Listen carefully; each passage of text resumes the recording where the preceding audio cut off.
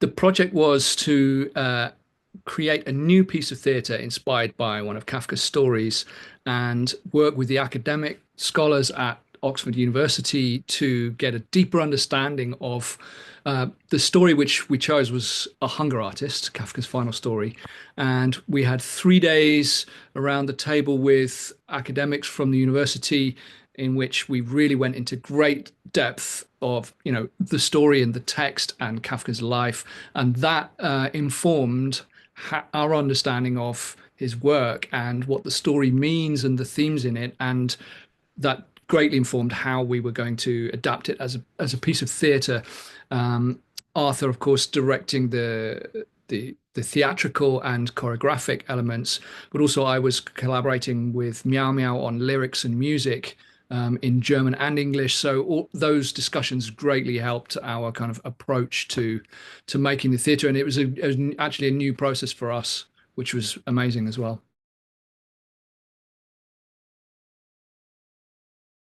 A Hunger Artist is quite a challenge to adapt for the stage because there's only really two characters in it, and there's no dialogue in it either. So everything, and of course this being a dance performance, although there was talking, the Hunger Artist himself doesn't speak, so there isn't really dialogue. It's the Arthur's concept was to put the dialogue between the impresario and the audience, which isn't really a dialogue. It's more of a one way, but that's obviously a challenge. And then adapting music to accompany it. Well, we did decide we wanted to write songs, but not make it a musical. It's a piece of dance theatre with songs.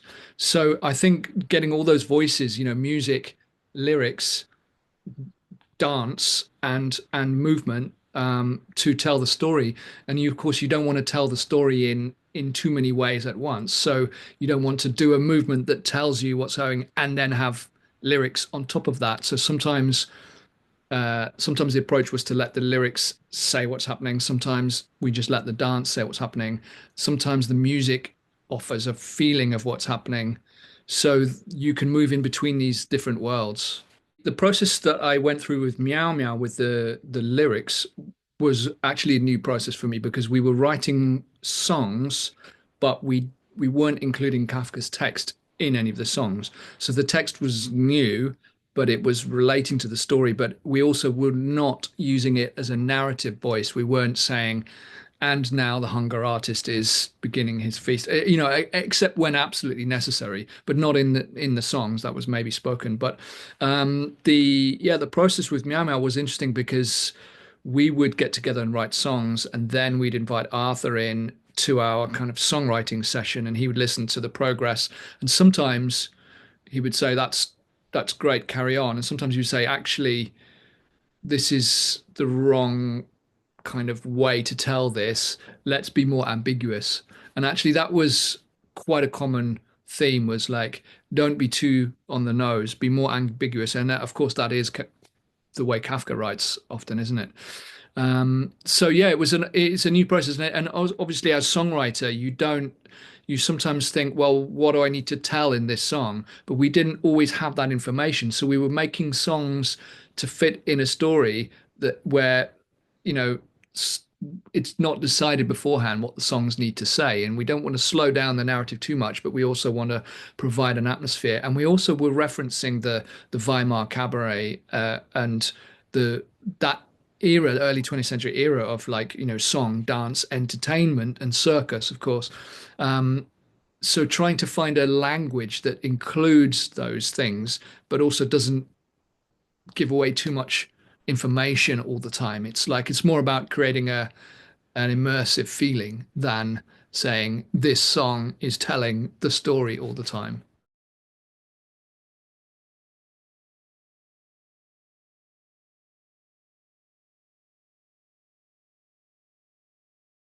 The musical style, we did talk about pastiche. We didn't want to do pastiche because if you go back to Kurt Weill and all of that cabaret stuff, it's so well known and it's so brilliant that if you use that, you're kind of not saying anything new with what you're doing. So what I tried to do was take an influence of German cabaret and Eastern European early 20th century folk music and circus, and things like the military marches and things that we know Kafka listened to, but not pastiche them, because I think if you, I mean, most of that music is 100 years old. Like if we wanted to use that music, we can. It's not.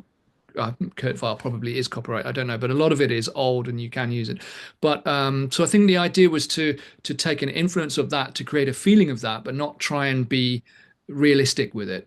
Um, and also because we move into dream world territory as well. So I think with the subconscious world, at nighttime, if you're starving, what visions or sounds get distorted? We don't know. So I think it's interesting to sort of create a more dreamlike atmosphere that references that historical period rather than be um, accurate with it. And you're right, the Metamorphosis was set in the 50s, but it was the same. We had a dream world and because it's surrealism as well. It's like it's better to take that influence and go, yes, here's a historical sound, but here's a distorted version of it, which tells us that we're in a surreal theatrical experience rather than a documentary. The soundscape is yeah, it's a mixture of instrumentation and mostly acoustic actually. It was recorded sound and live sound and voices. So I think of it as textural rather than like there wasn't a huge amount of thematic melodic writing. I felt it was in textures. We do have melodies, of course, but um, so the on the recording were things like percussion, strings, guitars, muted trumpet. Live, I had piano. We didn't have an acoustic piano. It was supposed to be an acoustic piano, but the stage position being upstairs meant that wasn't possible. But yeah, the violin, viola, banjo, which is of the period. I also had a phono fiddle, which is actually there. It's the violin with the gramophone horn coming out of it, which is early 20th century invention as well, which has a very sort of strained, nasally, almost starving like quality because it's all the body is sound is stripped away. It's very thin sounding. Um, and so all of these things made textures that could be like layered up to create an atmosphere, and then on that we had the themes of the songs, but there was always an atmosphere. There's never silence underneath. And Meow Meow's voice is I mean, I think of the speaking voice as another texture within the soundtrack. So even though she was talking live most of the time when not singing and when she was on stage, it's another layer of the sound. And actually it's something that Arthur does in his work quite frequently is have speaking as a texture over the top of the dancing and the movement. And quite often it's in a foreign language that's foreign to the audience that we're presenting to. In this case, German. He's done Czech, Portuguese, Russian, Italian. We've done many things, and the idea there. I mean, Arthur will go more into more detail when you talk to him, but the idea is that it adds a layer of realism, but it doesn't give you, if you're not, obviously if you're a German speaker, it's you get the information, but if you're not a German speaker, you don't miss anything because it's the movement and the dance that tells you the story. So the speaking doesn't say so much. I mean, we did have English as well when we needed to, but I think that bilingual texture, it just adds it's a bit like watching a film with no subtitles when you don't speak the language, but you can still understand it. It's that feeling. There are some sections where Ed is on stage alone in the cage, and the music is for that is I actually had a process with Ed that we developed in the Metamorphosis where there would be layers of sound that would provide the atmosphere in the bed for the scene and the feeling. Like in this case, it was nighttime and sometimes nightmare or slightly hallucinatory nocturnal feeling.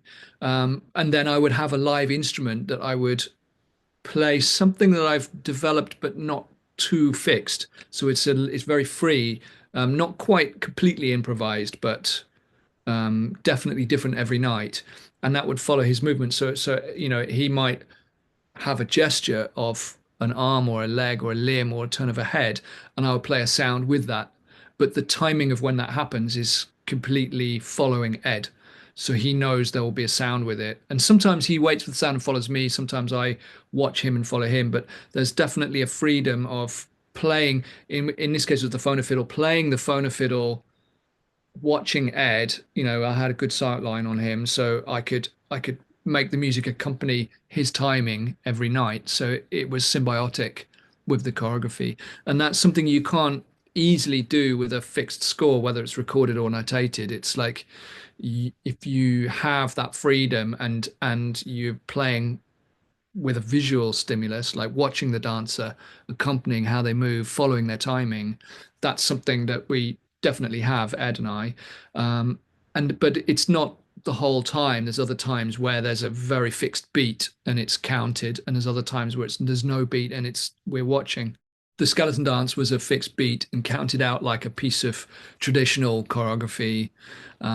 The song Loiter had a fixed beat for quite a long periods, and then it would go into something free with talking. And actually this was a challenge because when we were devising the piece in the rehearsal room, we didn't have the cage, and we didn't have the height, and we didn't have the platform, and we didn't have the doors. So making songs, Arthur's very good at giving you the outline of what is going to happen. It's almost like a scene by scene storyboard of a film that you're making music to a film you haven't seen yet.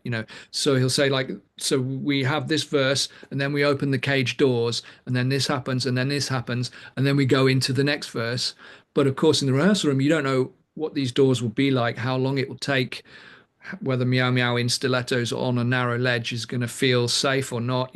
So there were so many things in the songs that we had to build in, like a safety vamp that we could go into, and this will repeat indefinitely until we can see the door is locked and she's safely out the way, and then we can move to the next thing. So the songs had to have and this involved a lot of technology. So I had to work out a way that the songs could have a free structure but still a regular beat sometimes.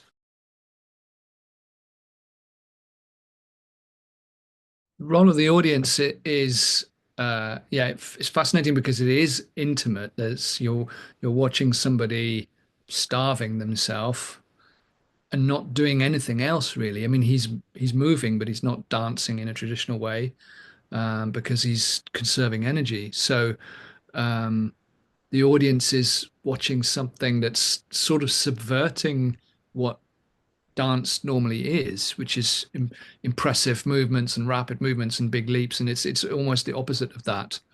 Distilling it to like such a stillness that one movement of one limb can have a lot of weight to it, or a lot of meaning or significance because of the stillness around it.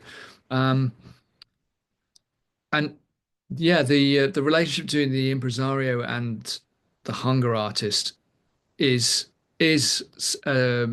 quite sexual in this adaptation, and that's not apparent in the story.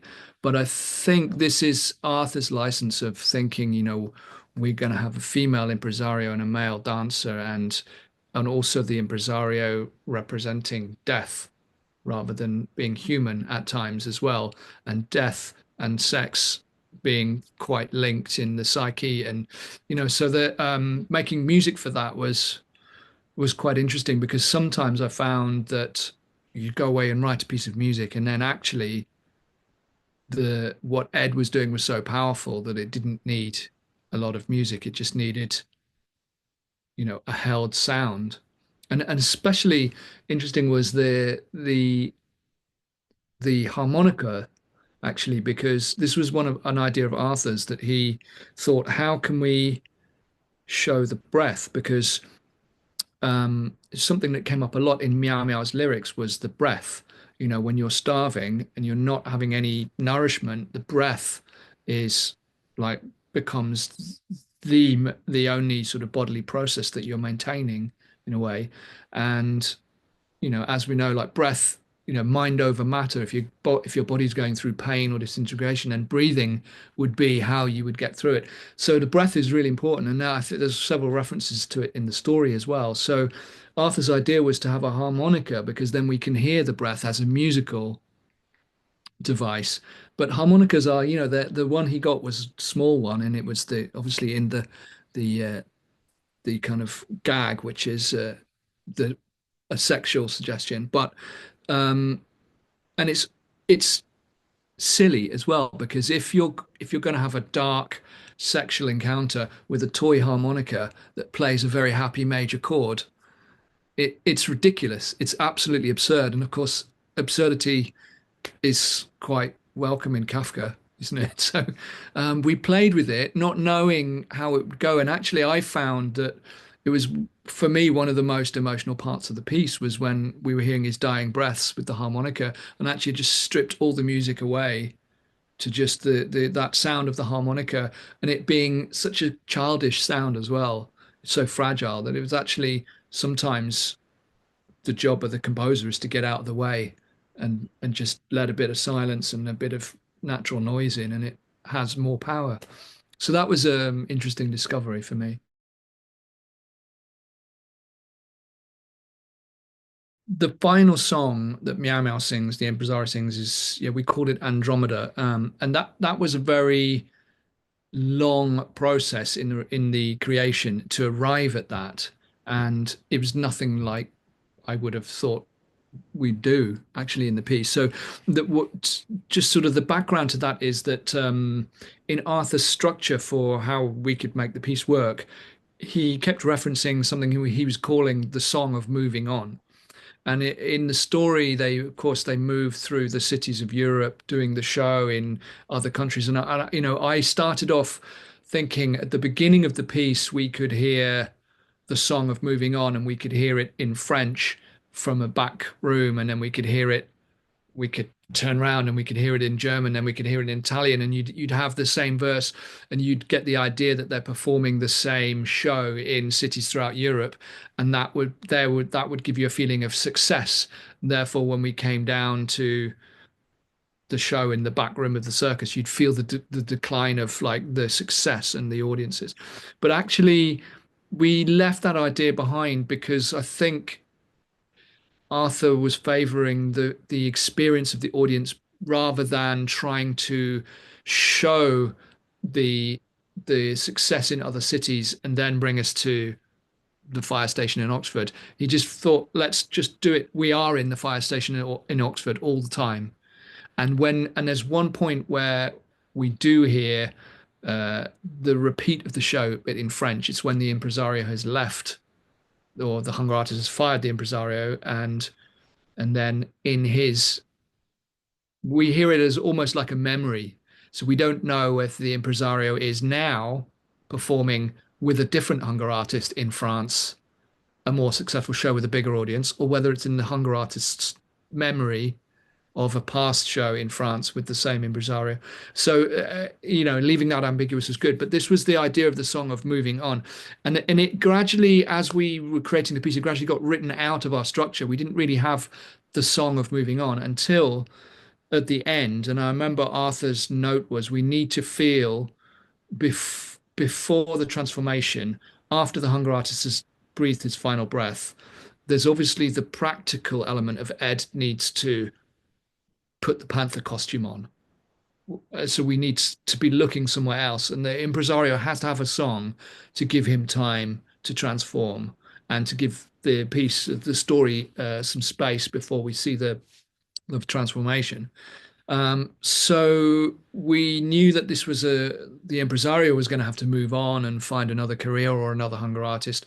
But what was the content? What was it all about? And Meow Meow and I spent many kind of hours writing something that was for that section, but we were being, I think, too literal to the story. You know, because I think what we decided in the end, I think this was something that Arthur was also feeling, was that we didn't, it was felt wrong to sort of sum up the story and then go, and now, and it didn't seem right. So Meow Meow said to me, actually, what else happened in 1924?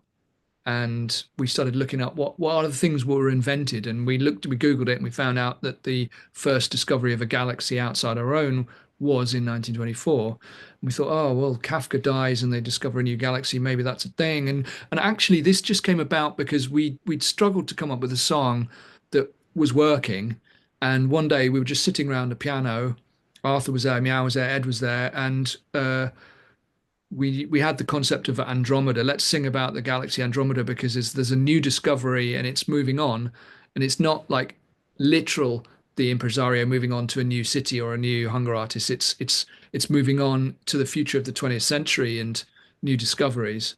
So, and I know what you mean about the Beatles reference. I think it's just because we we were trying to say too many things and make the text of the song too symbolic and dense with imagery. And I just, maybe I was channeling the Beatles, but I just said I read today about a new galaxy or something, a new discovery.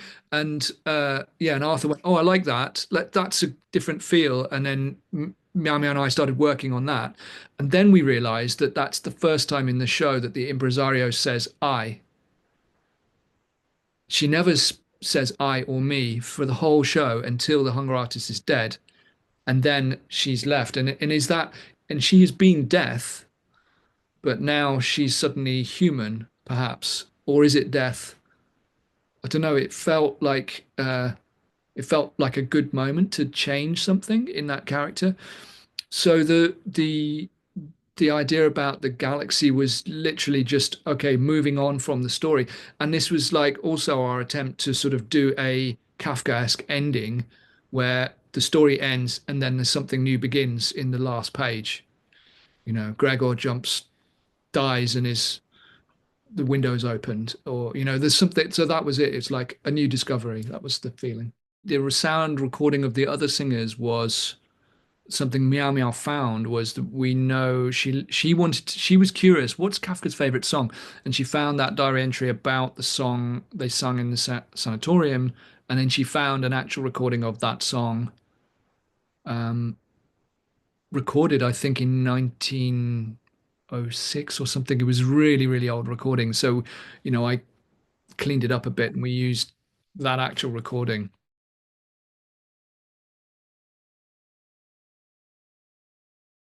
The song that we know that he liked, we put that into our final song, Andromeda. And that was a direct influence of Kafka likes this music. But as you said, he wasn't a musical person and not a great music fan. So I didn't try and attempt too much to think what music would he've heard and what we've liked or listened to and let that influence the piece too much. Other than we did use the cabaret circus feel because we know he liked the Jewish theatre and circus. So there was definitely we opened a door and let that influence in. But for me, I find that actually the influence of Kafka, if I'm writing music, is more in absurdity and surrealism and ambiguity. So the way you can layer up sound to, you could have a melody that might suggest one thing, but another sound underneath that suggests another thing. And it's both, that feeling of two things at once rather than one thing, because music is very powerful in terms of manipulating the way an audience feels. This is something that the purpose of film music, isn't it? Is to give you a feeling even before something happens. But I find with Kafka, you never want to say it's definitely this is what you should be feeling because there's always something else going on. So allowing the music to like never really resolve, and never really be one thing strongly over another, too much of the time at least. Well, I think the thing that about Kafka and my sort of the way I understand him now going forward that has come out of the 3 days that we had in Oxford in January was um, that I used to read Kafka's imagery and try and look for a meaning, and actually it's deliberately not clear.